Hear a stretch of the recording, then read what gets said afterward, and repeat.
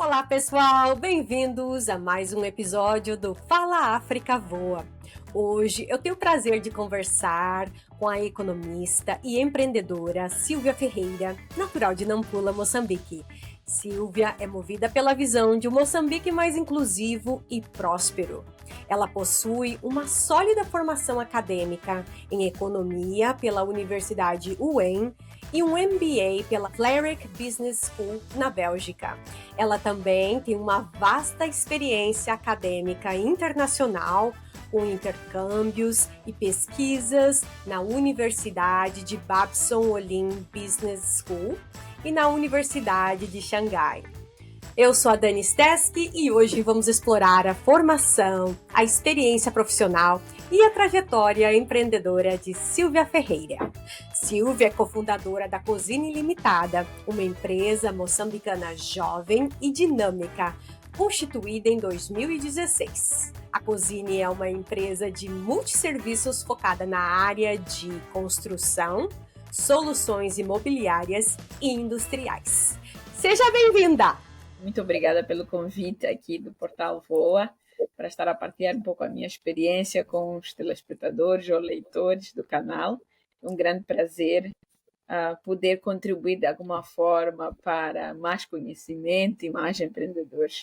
E Silvia, nessa entrevista de hoje, eu gostaria de começá-la assim, falando, sobre a sua formação e a experiência profissional, né? Como a sua formação acadêmica em economia influenciou sua visão de negócios e suas estratégias na Cozine? Na verdade, começamos com aí um sonho de economia ao longo do curso. Creio que foi uma das estudantes mais destacadas. Acabei fazendo meu estágio no Banco Federal de Moçambique.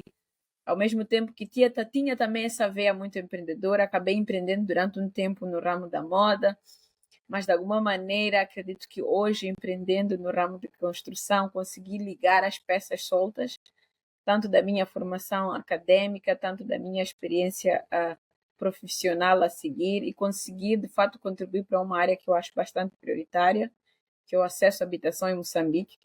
Então, eu acredito que é apenas um juntar de águas, de várias experiências ao longo da carreira acadêmica, profissional, da vivência.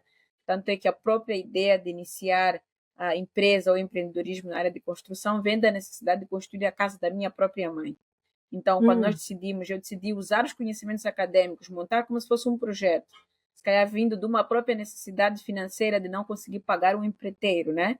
Um construtor, acabamos decidindo que iríamos fazer isso não apenas para pessoas de família, mas também para outras pessoas e, de alguma maneira, contribuir para um maior acesso à habitação em Moçambique. Então, penso que, em linhas gerais, é um pouquinho disso. Fascinante. E eu sei que você teve experiências internacionais aí muito importantes, né, durante os seus estudos. E a Voz da América em português quer saber, né, como elas moldaram sua abordagem ao empreendedorismo. Na minha abordagem ao empreendedorismo, eu acredito que primeiro vem a questão de base, é o propósito. Quando nós identificamos o nosso propósito, é muito mais fácil que as outras coisas, seja na nossa área pessoal ou profissional, faça mais sentido. No meu caso, eu identifiquei a área de construção e, obviamente, o mundo de construção é gigantesco. Desde a pessoa que vai fazer um pequeno detalhe na obra, como a pessoa que vai conceber um projeto de grande envergadura.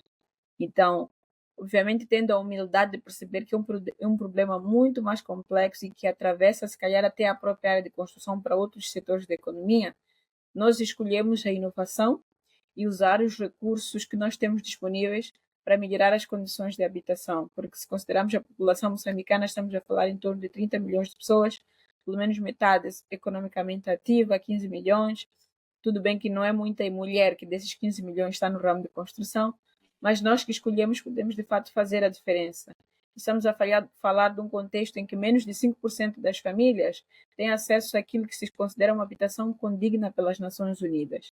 Ao mesmo tempo que nós vemos uma realidade bastante contrastante em termos de grande disponibilidade de recursos naturais, minerais, que pouco são convertidos em melhoria de condições de habitação. O que nós podemos fazer é usar um pouquinho mais de tecnologia, um pouco mais de inovação, de maneira a simplificar as etapas de construção e começar a trazer algumas ideias piloto que podem, de alguma maneira, ser replicadas ao longo do país e melhorar este número que eu acabei de falar aqui, que é muito muito preocupante que apenas 5% das famílias conseguem ter acesso à habitação. E nós, como empresa, ou como eu, como empreendedora, eu me identifico com, de fato, usar aquilo que nós temos já de potencial interno para melhorar ou dar uma contribuição no ramo específico de habitação em Moçambique.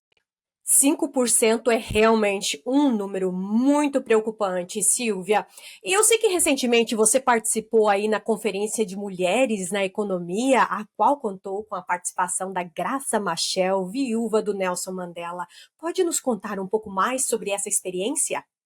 Uma experiência fantástica, na verdade é a segunda edição da Conferência Anual de Mulheres na Economia, este ano com a questão da resiliência, com traçar alternativas e caminhos para mais empoderamento da mulher na economia. E conseguimos juntar numa sala mulheres de diferentes tipos de histórias, backgrounds, diferentes ramos de atuação, desde as mulheres que trabalham com a comercialização de peixes de uma maneira muito informal, as mulheres que estão ligadas ao setor agrário, a mulheres como eu, que se calhar empreendem e têm um viés um pouco mais econômico, e conseguimos encontrar tanto alguns pontos de comum nos desafios de ser uma mulher empreendedora no nosso país, assim como talvez uns pontos de complementaridade, eu poderia assim dizer. Nós que estamos num ramo um pouco mais, se calhar, formal ou com um tipo de oportunidades diferentes, cabe-nos cada vez mais partilhar aquilo que nós conseguimos de histórias de sucesso para encorajar as outras mulheres que talvez não tenham acesso às mesmas portas que nós temos acesso. E conseguir que as vozes dessas mulheres que talvez hoje são um pouco mais anônimas possam ser ouvidas. E é importante considerar que, independentemente do ramo que se está a empreender ou da escala da empresa, quando nós conseguimos replicar histórias de sucesso de mulheres, nós conseguimos que mais mulheres consigam chegar a um patamar mais elevado. Porque, de fato, as grandes histórias começam com pequenos começos. Assim como a história que foi partilhada lá de uma mulher, estava preocupada que ela já trabalha há 20 anos como revendedora no mercado de peixe, e ela vê que ela partilhou a história dela que ela conseguiu criar 5 profissionais de nível superior, engenheiros, advogados, e ela se orgulha por isso.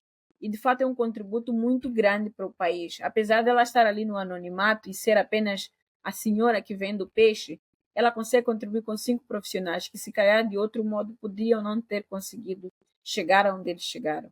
Então, a mulher tem um papel adicional mais do que apenas a economia ou o rendimento individual dela.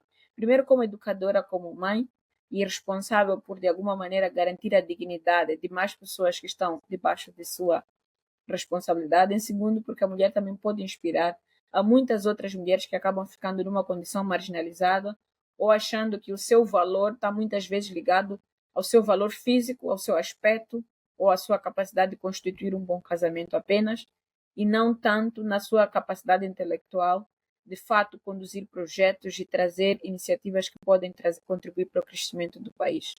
Então estivemos ao longo do dia a discutir várias histórias.